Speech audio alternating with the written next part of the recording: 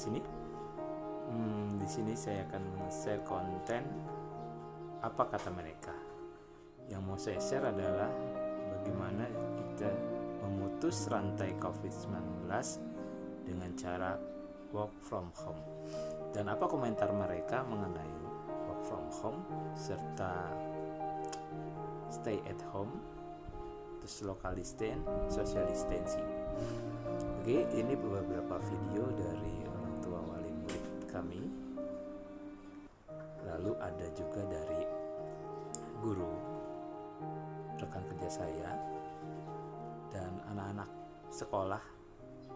Jadi saksikan saja statement atau testimoni dari mereka. Saya lagi ngapain? Lagi main Sama apa? Lala dan Olaf. Lala dan Olap. Kok mainnya di dalam rumah? Kenapa? Nggak di luar. Tapi ada virus corona. Di mana? Di luar ada virus corona. Terus virus corona baik apa jahat? Jahat. Terus kalau Olap sama Lala baik apa jahat? Baik apa jahat Lala sama Olap? Bye. Yeah. Yeah. Yeah. Yeah. Yeah. Yeah. Yeah. Assalamualaikum warahmatullahi wabarakatuh. Seperti yang kita tahu, virus corona sudah menjadi pandemi global, bahkan Indonesia sudah terkena dampaknya. Saya sebagai orang tua sangat mendukung dan bersyukur instruksi gubernur meliburkan sekolah-sekolah sehingga anak-anak bisa belajar dari rumah. Mungkin ini pengalaman baru untuk anak-anak karena baru pertama kali, tapi alhamdulillah semua berjalan dengan lancar. Mari kita dukung program pemerintah untuk di rumah aja, menjaga kesehatan dan menjaga kebersihan. Terima kasih. Halo semuanya, saya Tamara. Saya adalah seorang guru sejarah. Kali ini saya akan sharing tentang pembelajaran jarak jauh atau home learning yang sudah saya lakukan sekitar 2 minggu. Nah, seperti yang kita tahu, masyarakat Indonesia saat ini diminta oleh pemerintah untuk melakukan social distancing karena adanya wabah virus COVID-19. Nah, seperti yang kita tahu juga bahwa orang-orang yang terjangkit wabah COVID-19 ini kebanyakan adalah dari Provinsi DKI Jakarta. Makanya banyak sekolah yang akhirnya diliburkan untuk mencegah terjadinya penyebaran virus ini lebih lanjut. Nah, saya sendiri akhirnya sebagai guru harus membuat bahan-bahan pembelajaran yang bisa diakses oleh siswa-siswi di rumah mereka masing-masing. Sejauh ini home learning yang sudah saya lakukan itu sudah cukup baik, walaupun masih ada kelebihan dan juga kekurangannya. Kelebihannya sendiri, saya sebagai guru akhirnya belajar untuk menggunakan aplikasi-aplikasi lain untuk bisa menunjang pembelajaran saya. Nah, beberapa aplikasi yang sudah saya gunakan itu diantaranya adalah WhatsApp Group dan juga Google Classroom. Aplikasi lainnya yang bisa digunakan itu diantaranya juga ada aplikasi Edmodo dan juga Zoom. Nah, kelebihannya dari adanya pembelajaran jarak jauh ini akhirnya membuat guru-guru bisa memanfaatkan teknologi yang ada untuk mengajarkan siswa-siswinya materi pembelajaran yang belum diajarkan. Tapi tidak hanya kelebihan, ada juga kekurangannya, di mana pembelajaran jarak jauh ini akhirnya membuat guru-guru itu tidak bisa memantau secara langsung apakah siswa-siswinya itu benar-benar melaksanakan pembelajaran dengan baik. Biasanya kita kan kalau di sekolah itu bisa melihat apakah siswa-siswi itu melakukan pembelajaran dengan mencontek atau tidak. Sedangkan dengan pembelajaran jarak jauh ini, guru tidak bisa memantau apakah siswa-siswi itu melakukan copy paste dari internet. Itu. Belum lagi tidak semua anak-anak itu memiliki fasilitas internet yang memadai. Jadi ini juga menjadi salah satu PR untuk memperbaiki lagi bagaimana sih pembelajaran yang cocok untuk dilakukan di rumah. Nah, kira-kira itu sharing dari saya. Terima kasih. Kita cegah virus corona dengan di rumah aja. Kita sebagai pelajar juga bisa home learning, dan yang bekerja juga bisa work from house. Kita juga harus menjaga kebersihan dan kesehatan tubuh kita agar bisa terhindar dari virus corona. Kita juga harus melakukan social distancing agar virus corona tidak cepat menyebar dari orang ke orang atau tangan ke tangan. Dan semoga Indonesia dan negeri yang lain bisa terhindar dari COVID-19 ini dengan segera dan bisa beraktivitas seperti biasa di luar sana. Dan semoga virus corona ini bisa pergi dengan damai dari dunia ini. Assalamualaikum warahmatullahi wabarakatuh. Nama saya Denis, saya adalah pelajar sekolah menengah atas. Di sini saya akan membagikan pengalaman saya tentang stay at home atau tetap di rumah. Banyak peraturan yang muncul untuk mencegah terjadinya penyebaran COVID-19 ini atau coronavirus. Salah satunya stay at home. Bagi saya, stay at home ini sangatlah efektif karena selain mencegah penyebaran COVID-19, ini juga dapat meminimalisir terjadinya COVID-19 di masyarakat. Bagi saya, diberlakukannya stay at home ini sangatlah efektif.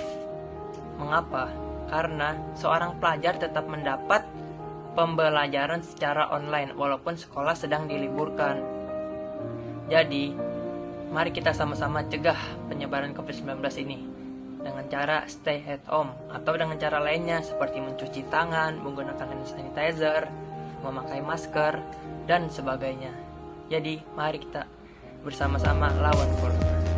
Indonesia pasti bisa. Assalamualaikum warahmatullahi wabarakatuh. Selamat sore dan salam sejahtera. Puji dan syukur kita panjatkan kehadirat Allah Subhanahu wa Ta'ala yang begitu banyak telah memberikan nikmat dan karunia-Nya sehingga kita semua pada sore hari ini masih diberikan nikmat sehat dan juga nikmat iman serta panjang umur.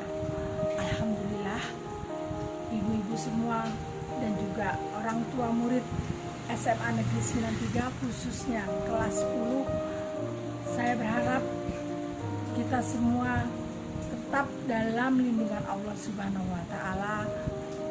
Dan di masa-masa sekarang ini di mana anak-anak harus belajar di rumah karena situasi dan kondisi, sehingga anak-anak memang mau tidak mau, suka atau tidak suka, mereka wajib tetap belajar di rumah dan juga mengurangi ruang dan gerak untuk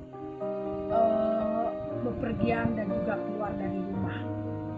Hal ini kenapa dilakukan? Karena untuk keamanan keseluruhan daripada anak-anak, juga keamanan kita semua. Sesuai dengan himbauan dan juga arahan permintaan dari pemerintah bahwa kita memang harus tetap berdiam diri di rumah terkait dengan virus corona COVID-19. Hal tersebut kemungkinan karena dilakukan terpaksa terhadap anak-anak pasti akan menimbulkan suatu kebosanan, juga menimbulkan kejenuhan. Itu adalah hal yang wajar. Tapi kita sebagai orang tua murid wajib bisa melindungi, mengarahkan agar anak-anak tetap berasa dalam kondisi yang nyaman dan dapat belajar dengan baik.